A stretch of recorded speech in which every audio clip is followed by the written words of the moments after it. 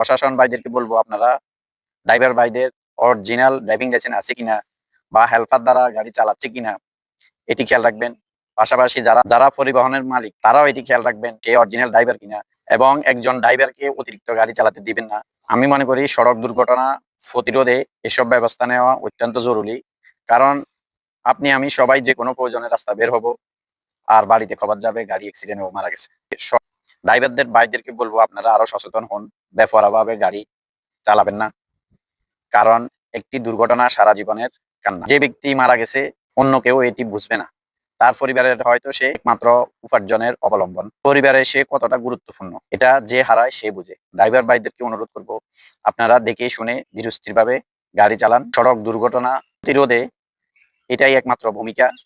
আর সড়ক অ্যাক্সিডেন্ট থেকে বাঁচতে হলে আমাদেরকে এগুলা মাথায় রেখে কাজ করতে হবে। যে চালকদেরকে আমি দেখছি বড় গাড়িদের সাথে রেস দেয়, এরা এরা বড় গাড়িকে পিছনে ফেলার জন্য খুব স্পিডে চালায়, আর পরবর্তীতে ঘটে দুর্ঘটনা। চলিত বছরের আগস্ট মাসে সড়ক দুর্ঘটনা হয়েছে 497টি, 502 জন নিহত, আহত হয়েছে 1232 জন। এই বিষয়টি জানিয়েছে বাংলাদেশ যাত্রী কল্যাণ সমিতি। তো আর বেশি কিছু বলবো না। আশা করি আমি ছোট মানুষ, আমার কথাগুলা যদি শুনেন সড়ক দুর্ঘটনা থেকে প্রতিহত হবে।